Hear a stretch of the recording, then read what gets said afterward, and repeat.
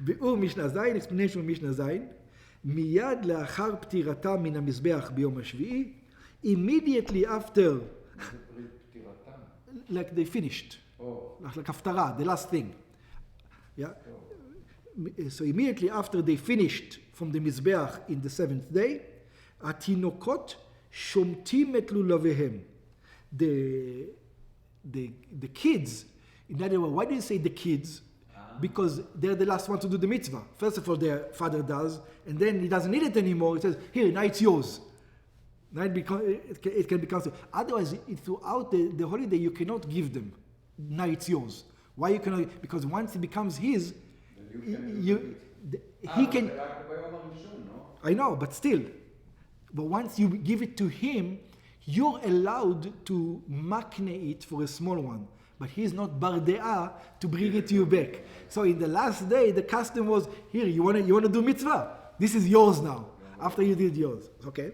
So התינוקות שומטים את ללביהם. So the תינוקות שומטים את ללביהם means untie them. You remember what we do on the last day? We take the last two, the two top. Remember, everything is there. כלומר, מתירים את הלולבים מהגדיהם. But they completely used to untie it. Not like us. Completely to untie it. ויש מבארים, and some say, this is what it means. It's going to be very strange. What do you say? זורקים לולהב מידם. It says they would grab, the adults will grab it from the kids. They will throw it. And what's the idea? ואוכלים את רוגהם. And they would grab the etrog from the kids and they would eat it. They would eat the etrogs. אבל הגדולים, it says, but the big ones, אין אוכלים אתרוגיהם כל אותו היום. They wouldn't eat the etrogs the entire day. Why? שהואיל והוקצו למצווה, למקצת היום, הוקצו לכולו. We already know the things. Once something is designated for the part of the day, it's designated for the entire day. We learned it from Shabbos, if you remember. So you're not allowed to use it for any other purpose until the end of the holiday. So it's you're allowed to do it for the mitzvah, you're allowed to use it, but not for anything else.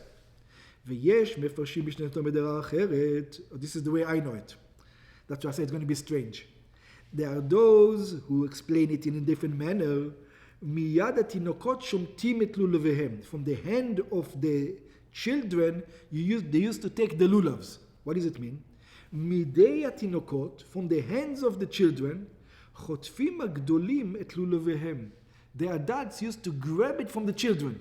So, what kind of behavior is this? ואוכלים את רוגיהם של התינוקות, and they used to eat the etrogs of the tinok, of the small ones. The small ones, you give it to him, he does the last mitzvah, he's happy, and then the adults will come and grab it from them. ואין בזה משום גזל. And then the Gemara continues and says, and don't worry, this is not stealing. What do you mean it's not stealing? His father gave it to him, and you come now and take it. So even if it's stealing for sure, what do you mean it's not stealing? אין בזה משום גזל. ולא משום דרכי שלום. It says, and it's not, and if you don't want to know, say gezel, because there's no value to it right now, because all the mitzvahs has been done. Gezel means it has value. Over here, it's not value. But even if you're going to say it's not gezel, it's not a proper way to behave. It's not darkei shalom. You don't go to kids and take the things, even if they don't have any value. What kind of behavior is this? So it says, you're allowed to do it. You continue to do it, the Gemara says. Why? שכך נהגו דרך של שמחה, של חג. Because this was the way everybody used to celebrate. That was the way of the celebration. So it was, they allowed them to do it this way. וכך מבואר ברש"י, this is also the way Rashi explains, שאתרוגי התינוקות הואיל ולא הוקצו למצווה גמורה. It says, since the etrog of the babies are not really a mitzvah, מותרים הם באכילה באותו היום.